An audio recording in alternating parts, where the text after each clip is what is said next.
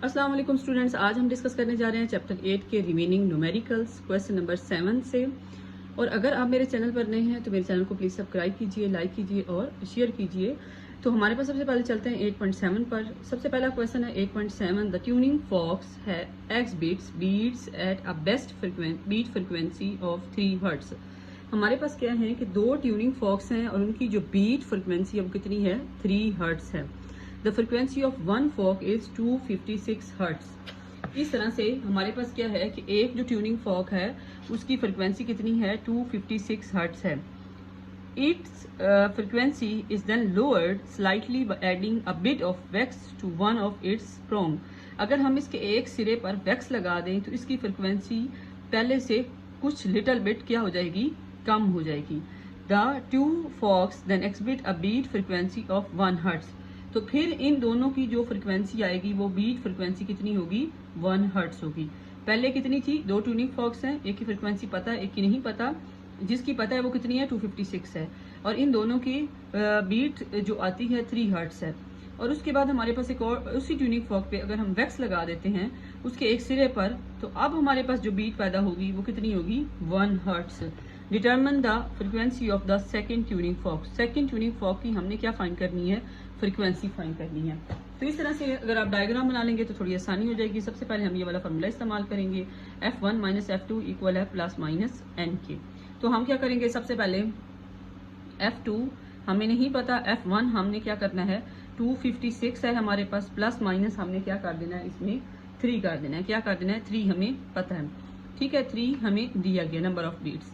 तो हमारे पास क्या, एक बार हम इसे प्लस करेंगे और एक बार हम क्या करेंगे, इसे माइनस कर देंगे, 256 माइनस 3। ठीक है, तो हमारे पास F2 की दो वैल्यूज आ जाएंगी, एक आ जाएगी 259 और एक आ जाएगी 253। ठीक है, ये हमारे पास क्या आ गई, ट्यूनिंग फोक्स की दो वैल्यूज आ गई। अब हमें देखना ये है कि हमारे पास कौन सी वैल्यू जो है इसमें से ठीक है, कौन सी वैल्यू इसमें से क्या है, ठीक है। तो सबसे पहले हम क्या करेंगे कि हम लोग ये देखेंगे कि अगर हमारे पास क्या है, हम वापस डायग्राम पर आ जाते हैं कि अगर हमारे पास क्या है, F1 क्या है, 256 हर्ट्ज है, F2 हमारे पास इसमें से कौन सा ठीक होगा। सबसे पहले अगर हम चेक कर लें 253 को, किसको, 253 को। अब ये देखिएगा कि अगर हमारे पास F2 253 है, ठीक है, क्या है, 253 है, तो आप ये देखें कि हमारे पास इसका आंसर क्या आएगा। 256 में से इसको निकालें तो बीट का आंसर क्या आता है, 3 आता है, तो वो ठीक है। ठीक है, यहाँ पर मैं आपको सही डिटेल में समझा देती हूँ। ठीक है, सबसे पहले हमारे पास F1 क्या है, 256 है। अगर हम F2 को क्या ले लेते हैं, अगर इन दोनों से हमने बताना है कि कौन सी वैल्यू ठीक है, तो 253 ले लेते हैं। तो इसको क्या करें, ये वाला फॉर्मूला अप्लाई करें, ये F1 माइनस F2 वाला। ठीक है, F1 माइनस F2 इक्वल है प्लस माइनस एन की। ठीक है, तो अब यहाँ पर देखें कि हमारे पास F1 256, F2 253, तो हमारे पास आंसर क्या आ गया, वही प्लस माइनस 3। तो ये वैल्यू यहाँ तक हुई ठीक। आगे देखिए कि हमारे पास आंसर क्या आना चाहिए, 1 हर्ट्ज आना चाहिए, 1 हर्ट्ज आना चाहिए। तो इसके लिए हम क्या करेंगे, इसके लिए हम करेंगे F1 F2 253। हमें उसने कहा था कि जो F1 है वो 256 है, लेकिन जब हम इसके साथ वैक्स लगा देते हैं तो इसकी फ्रिक्वेंसी लिटिल बिट इससे क्या हो जाती है, कम हो जाती है। तो हम यहाँ पे खुद से सपोज कर लेते हैं कि लेट्स सपोज इसकी वैल्यू कितनी कम हुई है, मतलब 2 पॉइंट्स कम हुई है, तो 254 ले लेते हैं। खुद से आपने सपोज करके ये वैल्यू ले सकते हैं। ठीक है, तो हम कितनी वैल्यू लेंगे, 254। अब यहाँ पे देखें कि आप फिर दोबारा से वही फार्मूला लगाएंगे, F1 minus F2 plus minus N, 254 minus 253। तो हमारे पास आंसर बिल्कुल करेक्ट आ गया, हमारे पास प्लस माइनस 1 आ गया। अगर हम F2 की वैल्यू क्या लेंगे, 253। तो यहाँ तक हो गया। अब हम चेक कर लेते हैं कि अगर हमारे पास F2 की वैल्यू कितनी हो, 259, तो क्या फिर भी इसी तरीके से हमारे पास सारी वैल्यूज ठीक आती हैं। तो बहुत आसान है, अब तो ज्यादा आसान है, क्योंकि पहला थोड़ा सा फिर भी स्टार्टर से करना होता है। तो यहाँ पर क्या आ गया, 259 आ गया। अब हम क्या करेंगे कि F1 माइनस F2 वही पहले की तरह फार्मूला अप्लाई करके एन, अब 259 है हमारे पास, 256 और यहाँ पर क्या आएगा, 259। तो आंसर क्या आ गया, फिर 3 आ गया, वही प्लस माइनस, मतलब इसकी वैल्यू नेगेटिव भी हो जाए तो कोई फर्क नहीं पड़ेगा। ठीक है, तो हमारी ये वाली वैल्यू आ गई करेक्ट। ठीक है, आगे देखें, आगे हम दोबारा से करेंगे। यहाँ पर F1 कितना है, 254 है, और इसके लिए F2 कितना है, 259। ठीक है, आप दोबारा से फार्मूला अप्लाई करें, मतलब 4 माइनस 259, तो हमारे पास आंसर कितना आ रहा है 5 प्लस माइनस 5। तो हमारे पास ये वैल्यू क्या हो गई, गलत हो गई। तो इसका मतलब है कि हमारे पास 259 करेक्ट आंसर नहीं है, बल्कि ये देखिए यहाँ पर दोनों करेक्ट वैल्यूज आई हैं। तो करेक्ट आंसर विल बी, आप एंड पे जब सवाल कंप्लीट कर लेंगे तो एट एंड पर लिखेंगे करेक्ट आंसर विल बी, क्या होना चाहिए करेक्ट आंसर, F2 इक्वल है 253 के। तो इसका ये करेक्ट आंसर है। बहुत सारी बुक्स में इसको थ्योरेटिकली सॉल्व किया गया, मतलब थ्योरी के जरिए सॉल्व किया गया है। तो आप चाहें तो आप इस तरह से सॉल्व कर सकते हैं, इस तरह से आपको याद भी रहेगा ज़बानी और थोड़ा सा आसान मेथड भी है। ठीक है, आप चाहें तो यहाँ पर इसका स्क्रीनशॉट ले सकते हैं, ठीक है, इस पूरे का। तो इस तरह से आपका पेपर में ठीक हो जाएगा। बस आप वहाँ पे ये टिक के निशान मत लगाइएगा, सिर्फ आप बता दीजिएगा कि हमारी वैल्यू क्या है, इनकरेक्ट है ये वैल्यू, हमारी fits value will be incorrect. ठीक है, तो ये वैल्यू इनकरेक्ट आई है, जिसकी वजह से ये 259 ठीक नहीं है, बल्कि क्या ठीक है 253 ठीक है। तो आप इस तरह से इसे सॉल्व करके पेपर में आसानी से अटेम्प्ट कर सकते हैं और आपको वहाँ पे कोई कंफ्यूजन नहीं होगी, आपके अंदर डर नहीं होगा कि ये तो मुझे भूल जाएगा। ठीक है, अब हम चलते हैं नेक्स्ट क्वेश्चन की तरफ, जो कि हमारे पास है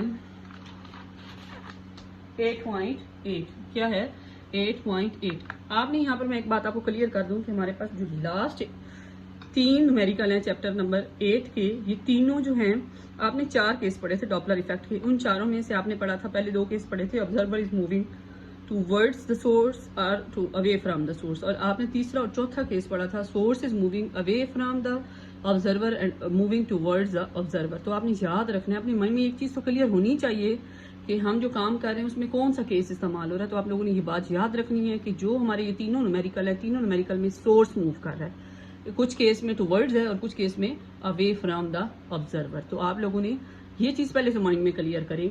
तो इसके बाद आपने फिर बाकी तो डायग्राम वगैरह, जैसे आप स्टूडेंट्स हैं FSC के, तो आपको ये छोटी छोटी बातें जो है वो पहले अपने माइंड में अच्छे से रखनी चाहिए। तो सबसे पहले देखिएगा, 2 cars हैं P and Q are traveling along a motorway in the same direction. The leading car P travels at steady speed of 12 meter per second and the other car Q traveling at steady speed of 20 meter per second। बहुत आसान है। हमारे पास क्या है, 2 गाड़ी हैं, एक P और क्या है Q है। दोनों क्या कर रही हैं, दोनों सेम स्पीड के साथ मूव कर रही हैं, Q और P। ठीक है, जो P है वो लीड कर रही है किसको, Q को, मतलब P आगे है और Q पीछे है, लीडिंग। ठीक है, लीड का मतलब होता है कि आगे निकल जाना। P लीड कर रही है Q को, P आगे है और Q पीछे है। ठीक है, Q की हालांकि स्पीड क्या है, ज्यादा 20 मीटर पर सेकेंड है और इसकी स्पीड कितनी है 12 मीटर पर सेकेंड। अब आगे यहाँ तक ये बात थी। Sound its horns to emit a study note with P drivers estimate. जो Q वाली गाड़ी वाला बंदा है वो गाड़ी का हॉर्न बजाता है और P वाला उससे क्या करता है, सुनता है। उसे कितनी फ्रिक्वेंसी सुनाई देती है, 830 hertz. What frequency does Q on driver here. हमने फाइंड करनी है कि जो Q ने फ्रिक्वेंसी सुनी है वो क्या है। अब यहाँ पर सबसे पहले ये देखें कि हमारे पास ये सोर्स है Q, इसके ऊपर मैंने ये आवाज भी मेंशन कर दी है। ये हॉर्न बजाता है तो P को सुनाई देती है, वो P को कितनी सुनाई दी है, P 830 सुनाई दी है। तो वो कहता है कि उसकी असल फ्रिक्वेंसी क्या है जो Q ने खुद सुनी है, वो आप बताएं। आप सबसे पहले यहाँ पर देखें कि हमने केस जज करना है, ये कौन सा केस है। यहाँ पे देखें कि source is moving towards observer. यहाँ पर आपको डायग्राम से नजर आ रहा होगा कि source is moving towards observer. ठीक है, Q P के पीछे जा रहा है। ठीक है, तो अब हमारे पास सबसे पहले इनकी स्पीड देख लें, UP मतलब जो कार है उसकी स्पीड, Q वाली कार की स्पीड, V असल आवाज जो है 340 मीटर पर सेकेंड, आपको पता ही है। FQ हमने फाइंड करना है। सबसे पहले हम Q की सेम डायरेक्शन में है तो वेलोसिटीज क्या हो जाएंगी, माइनस हो जाएंगी। हम इनकी रिलेटिव वेलोसिटी निकाल लेते हैं, 20 - 12 8 मीटर पर सेकेंड आ जाएगी। अब हम क्या करेंगे, अब हम इसका केस हमें पता चल गया है कि हमारे पास कौन सा केस है, ये डॉपलर इफेक्ट का तीसरा केस है। तो हमारे पास इसका फार्मूला आ जाएगा। ठीक है, bye using Doppler formula when source is moving towards observer. ठीक है, तो हमारे पास जब सोर्स किधर मूव कर रहा है, टूवर्ड्स ऑब्जर्वर मूव कर रहा है, तो हमारे पास फार्मूला क्या था, F' V/V - US F। ठीक है, अब यहाँ पे देखें कि हमारे पास ये एफ जो होगा ये हमारे पास, इसको हम रिप्रेजेंट कर देंगे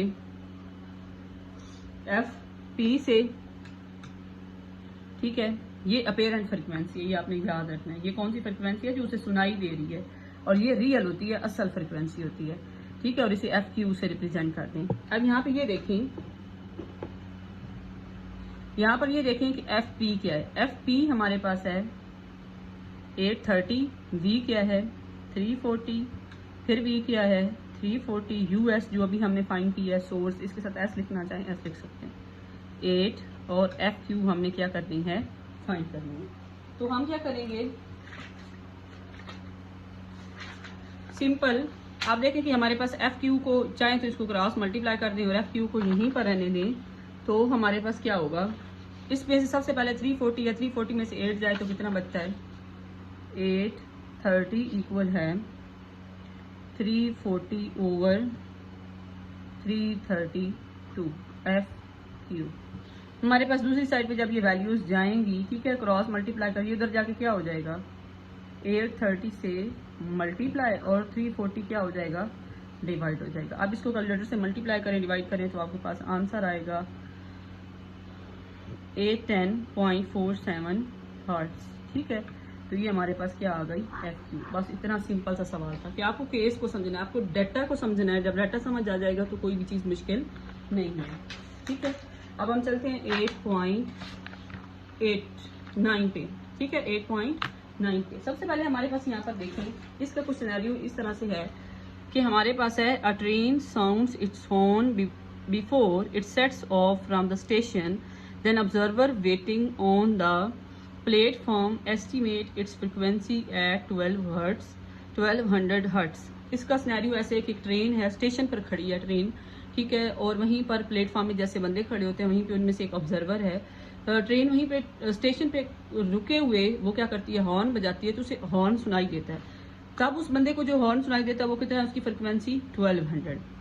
थोड़ी देर बाद क्या होता है कि the train then moves off the, train चलना शुरू कर देती है, accelerate steadily 50 seconds after departure. जब मतलब उसे निकले हुए 50 सेकंड हो जाते हैं तो driver sounds the horn again, तो फिर ड्राइवर दोबारा से ट्रेन की मतलब जो आवाज होती है वो दोबारा से आती है। The platform observer estimate the frequency at 1140 hertz.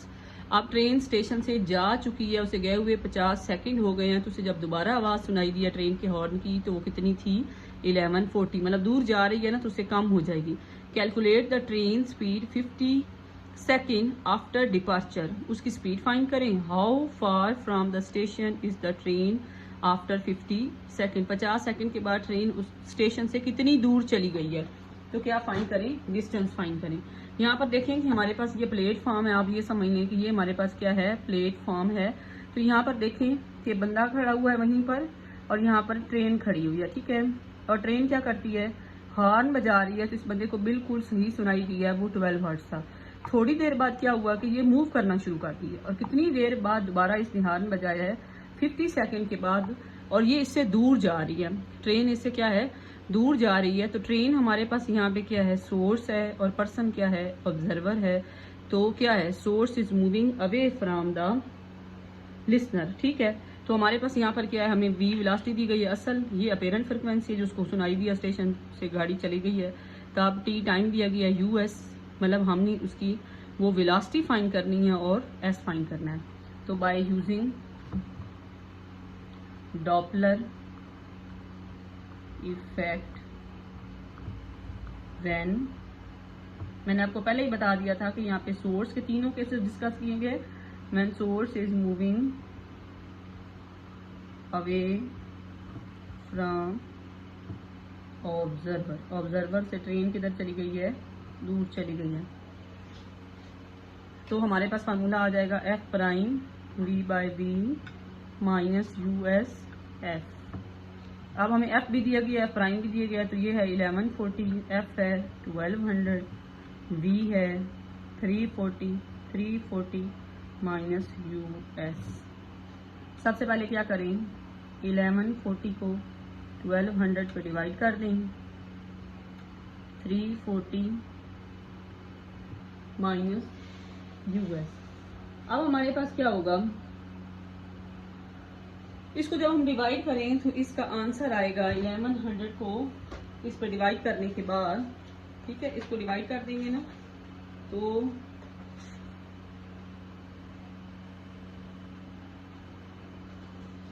357, ठीक है, इनको डिवाइड करने पर इसका आंसर आएगा 0.95, ठीक है, 340 माइनस यूएस, ठीक है। इसको अब हम क्या करेंगे, क्रॉस मल्टीप्लाई कर देंगे। 340 माइनस यूएस इधर आ जाएगा, 340 मल्टीप्लाई बाय 340 सॉरी यहाँ पे ये देखते हैं ये उधर चला जाएगा तो ये नीचे आ जाएगा डिवाइजन 0.59 ओहो 95 है, ठीक है। अब हम क्या करेंगे, यूएस दूसरी साइड पर ले जाएं और इसको इसमें क्या कर देंगे, जमा कर देंगे। मतलब यूएस आप ऐसा समझें कि दूसरी साइड पर चला गया है 0.95 प्लस क्या आ जाएगा 340। ओहो सारी कैलकुलेशन गलत कर दी है, यहाँ से दोबारा कर लेते हैं 0.95। पेपर में भी आप याद रखिएगा, हम लोग इस स्टेज से गुजर कर आए हैं कि जब हम साइड चेंज करते हैं तब हमसे गलतियां होती हैं, ठीक है। जब कभी आपका न्यूमेरिकल जो क्वेश्चन गलत होता है वो जब आप साइड चेंज करते हैं तब गलत होता है। 340 माइनस यूएस आ जाएगा, 340 बाय 0.95 हो जाएगा, ठीक है। यूएस को इस साइड पर लेकर आए और 340 माइनस 340 बाय 0.95, ठीक है। इन वैल्यूज को डिवाइड करें, डिवाइड करके इसमें से माइनस कर दें तो हमारे पास आंसर आएगा इसको डिवाइड करने के बाद 357, ठीक है। इसको इसमें से निकाल देंगे, साथ कुछ पॉइंट्स में वैल्यूज आ रही हैं वो हैं 8 9 यूएस, ठीक है। तो इसको इसमें से माइनस करें तो 17 पॉइंट समथिंग इसका आंसर होगा 789 यूएस मीटर पर सेकंड। ये हमारे पास क्या आ गई, इसकी वेलोसिटी आ गई जो उसने हमें कहा था कि जिसके साथ ट्रेन मूव कर रही है। अब हम देखें कि हमने क्या फाइंड करना है, पार्ट बी में डिस्टेंस एस इक्वल है V average multiply by time, V average multiply by time. अब देखें पहले गाड़ी स्टेशन पर खड़ी हुई थी तो उसकी इनिशियल स्पीड क्या है, 0 है, ठीक है। यहाँ पर चाहें तो इस तरह से लिखना चाहें तो V I plus V F by 2 into T. तो इनिशियल वेलोसिटी ट्रेन की क्या है, 0 है। फाइनल अभी आई है 17.8, 2 पे डिवाइड कर देना है। टाइम हमारे पास कितना है, 50 सेकेंड है। तो बहुत आसानी से ये हो जाएगा, इसको मल्टीप्लाई करें, डिवाइड करें तो हमारे पास आंसर आता है 448 मीटर। तो ट्रेन इतना फासला तय कर चुकी होगी। अब चलते हैं क्वेश्चन नंबर 10 पर। क्वेश्चन नंबर 10 में देखें तो यहाँ पर थोड़ा सा समझने वाला है। क्वेश्चन नंबर 10 में है हमारे पास एक लेबोरेटरी की बात की जा रही है और इसमें भी सोर्स मूव कर रहा है। तो the absorption spectrum of faint galaxy is measured and the wavelength of one of the line identified as the calcium alpha line is found to be 478 nanometer। हमारे पास क्या है कि हमारे पास गैलेक्सी है वो मूव कर रही है, जब वो दूर जा रही है तो उसकी वेवलेंथ उसने ऑब्जर्व की है वो कितनी है, 478 नैनोमीटर। कितनी है, 478 नैनोमीटर। मतलब ये वो है जैसे हमारे पास से कोई चीज चली जाती है ना तो अपेरेंट चीज जो अपेरेंट उसकी वेवलेंथ होती है या अपेरेंट उसकी फ्रीक्वेंसी होती है वो कितनी है, 478 multiply by 10⁻⁻⁹ nanometer. The same line has a wavelength of 397 nanometer when measured in laboratory. और जब उसे लेबोरेटरी में मेजर किया गया तो उसकी वेवलेंथ क्या थी, कम थी। मतलब असल जो वेवलेंथ थी वो कितनी थी, 397 नैनोमीटर, ठीक है। वो कहता है कि is the Galaxy moves towards और अवे फ्रॉम द अर्थ। आप ये बताएं कि क्या गैलेक्सी जो वो मूव कर रही है जिसकी वेवलेंथ आपने मूव करते हुए 478 मेजर की है और लैब में कितनी है, 397 है। तो आप ये बताएं कि क्या गैलेक्सी जो है वो जमीन से दूर जा रही है, जमीन की तरफ आ रही है। Calculate the speed of the galaxy relative to the earth, और इसकी स्पीड भी फाइंड करें। सबसे पहले हमारे पास क्या है कि स्पीड ऑफ लाइट दी गई है वो कितनी है, 3 × 10⁻⁸ मीटर पर सेकेंड। तो हमारे पास यहाँ पे v है, v को हम क्या लिख सकते हैं, c। क्या लिख सकते हैं, c। तो हम सबसे पहले इसका पहला पार्ट हल करेंगे, फिर इसके बाद दूसरा पार्ट हल करेंगे। सबसे पहले सोल्यूशन में इसका पहला पार्ट है, ठीक है। इसके लिए हम लोग क्या लिखेंगे, फॉर ओरिजिनल फ्रिक्वेंसी, पहले फ्रिक्वेंसी फाइंड करेंगे। हमें फ्रिक्वेंसी के जरिए से पता चलेगा कि हमारे पास ये गैलेक्सी जो है वो दूर जा रही है या जमीन के करीब आ रही है। फॉर ओरिजिनल फ्रिक्वेंसी के लिए हमारे पास आपको पता है v इक्वल है एफ लैम्डा के। v हमारे पास यहाँ पे c के बराबर है, एफ लैम्डा, ठीक है। f इक्वल है c बाय लैम्डा, ठीक है। तो असल के लिए आपको पता है 397 आएगा, ठीक है। 3 मल्टीप्लाई बाय 10⁸ आ जाएगा और 397 मल्टीप्लाई बाय 10⁻, क्या आ जाएगा, -9, ठीक है। तो ये बहुत आसान है, इसमें कोई मुश्किल वाली बात नहीं है। 10⁻14 हर्ट्ज, ये हमारे पास असल फ्रिक्वेंसी आ गई, ठीक है। उसके बाद हम फाइंड करेंगे अपेरेंट फ्रिक्वेंसी, ठीक है। वो क्या आएगी, वो भी यही फार्मूला इस्तेमाल करेंगे, F prime C by lambda prime. क्योंकि अल्फा है तो अल्फा का जो स्पीड है वो सेम रहेगी, ठीक है, दोनों केसेस में। इसके लिए वेवलेंथ अब कितनी हो गई है, 478 10⁻⁻9, ठीक है। तो अब हमारे पास इसकी वैल्यू कितनी आएगी, 6.28 10⁻14 hertz.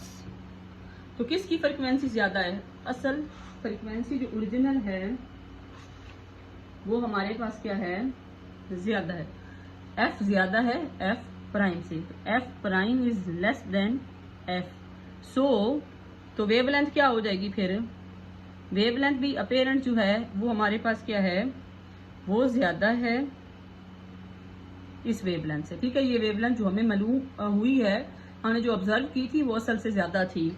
So the Galaxy is, ये आपने टॉपिक में भी पढ़ा है कि अगर फ्रिक्वेंसी अपेरेंट फ्रिक्वेंसी कम होगी तो उसका मतलब है कि चीजें हमसे दूर जा रही हैं। So the Galaxy is moving away from, हमसे दूर जा रही है, ठीक है, दूर जा रही है, away from the earth, away from the earth.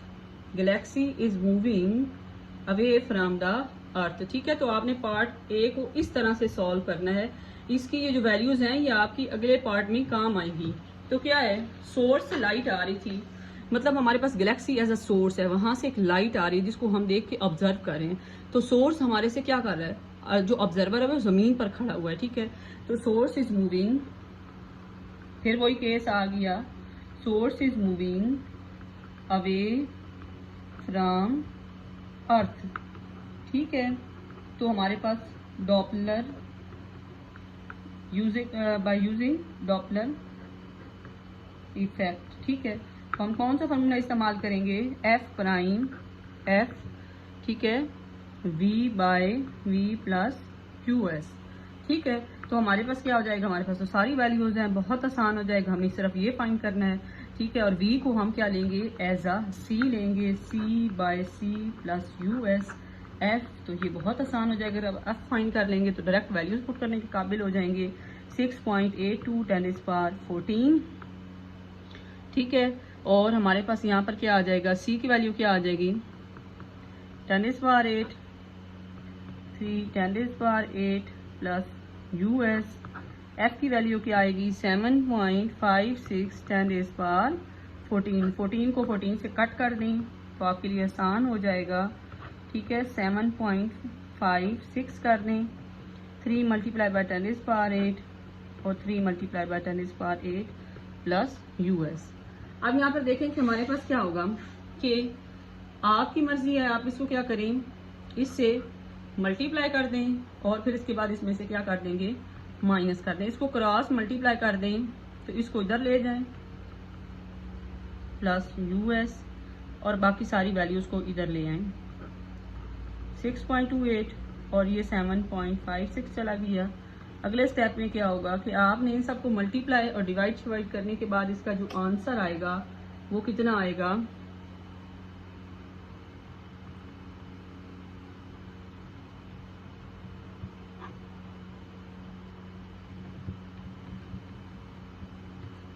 ठीक है। इसको आप मल्टीप्लाई करें, ध्यान से इस पर डिवाइड करें, इसमें से माइनस कर दें तो हमारे पास आंसर आएगा 6.12 10⁻⁷ मीटर पर सेकेंड।